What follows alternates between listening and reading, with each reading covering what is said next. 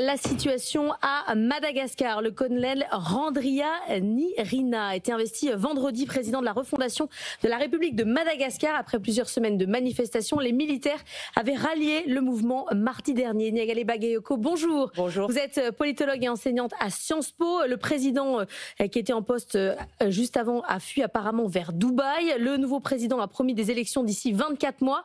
Est-ce que c'est un coup d'État ? Comment vous qualifieriez-vous la situation ?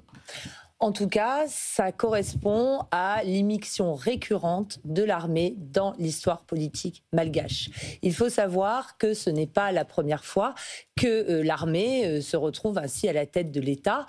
Il y a tout d'abord eu un long régime communiste qui était dirigé par un militaire, qui est revenu ensuite au pouvoir, et que surtout le président actuel a lui-même été porté au pouvoir par l'armée elle-même et paradoxalement par la même unité, la CAPSAT, qui l'a défait il y a quelques jours. Donc c'est habituel, mais est-ce que ça veut dire qu'ils arrivent à faire ensuite une transition vers un gouvernement ? C'est une bonne nouvelle ou c'est une mauvaise nouvelle ce que vous nous dites, cette habitude du renversement militaire ? Alors, il y a deux éléments. D'abord, je pense qu'il faut se rendre compte qu'à Madagascar et plus largement en Afrique, la gouvernance prétorienne est la règle et non pas l'exception. C'est la démocratie qui a été l'exception depuis la fin des années 90, le début des années 2000.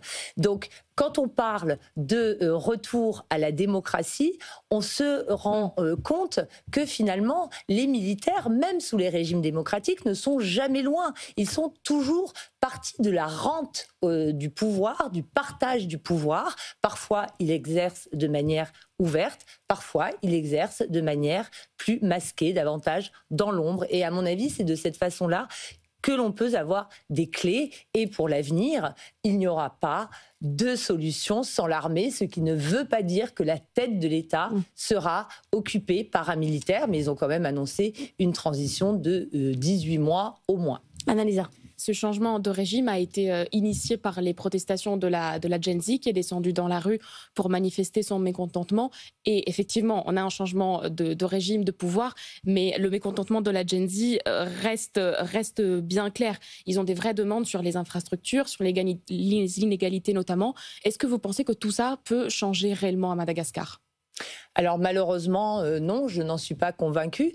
Ce qui est intéressant, c'est que ce mouvement de la Gen Z a pris naissance de l'autre côté, non pas de l'Afrique, mais de l'Asie, au Népal, au Sri Lanka, où on a vu le même type de revendication. C'est un mouvement que l'on voit aussi fleurir à Madagascar. Et si l'on remonte un peu plus loin, les régimes militaires qui se sont installés au pouvoir dans les pays du Sahel ont aussi à l'origine été portés par la jeunesse qui contestait à la fois la dégradation des conditions de vie économiques et la corruption. Donc oui, on est dans un mouvement, à mon avis, qui ne concerne pas uniquement Madagascar, mais auquel il est extrêmement difficile d'apporter des réponses de fond. On a vu ça au Maroc, aussi, au Maroc, c'est le même type de mouvement. En tout cas, il se réclame de ce mouvement de la Gen Z.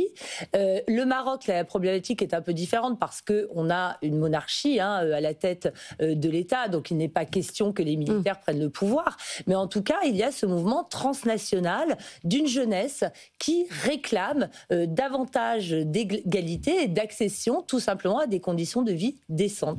Quel est le rôle de la France dans le départ du président qui était en place auparavant? RFI dit qu'il est parti à bord d'un avion français vers Dubaï. Tout ça est pas très clair. Ça fait monter à Madagascar un sentiment anti-français. Alors, ça semble établi. Moi, je dispose des mêmes informations que vous. Il faut savoir que Marc Ravalomanane est français. Il est binational. Il est à la fois malgache et français. C'est peut-être ce qui explique cette exfiltration qui est extrêmement maladroite dans un contexte où, on le sait, la France fait l'objet d'un rejet assez massif sur le continent lui-même, qui a commencé au Sahel, mais qui est beaucoup plus large. Et c'est extrêmement mal perçu que de voir que c'est l'ancienne puissance coloniale qui exfiltre un dirigeant désormais honni. Ça a apaisé la situation là depuis qu'il y a ces déclarations du président Rajoelina. Non, ça c'est celui qui était auparavant, celui qui a pris le pouvoir, le militaire. Là, ça a apaisé la situation. Là, on voit des mouvements sociaux qui se calment ou pas? Je dirais que ça l'a momentanément gelé. Quand on a des armes, on a toujours une façon d'imposer les choses de manière beaucoup plus musclée, je dirais, que ne l'ont les gouvernants civils. La question du rôle de l'armée est qu'elle se présente aujourd'hui comme solidaire des manifestants. Elle se présente comme en étant le porte-parole. Mais étant donné les expériences passées que je mentionnais précédemment, il n'est absolument pas certain que son pouvoir ne se durcisse pas au cours des années suivantes.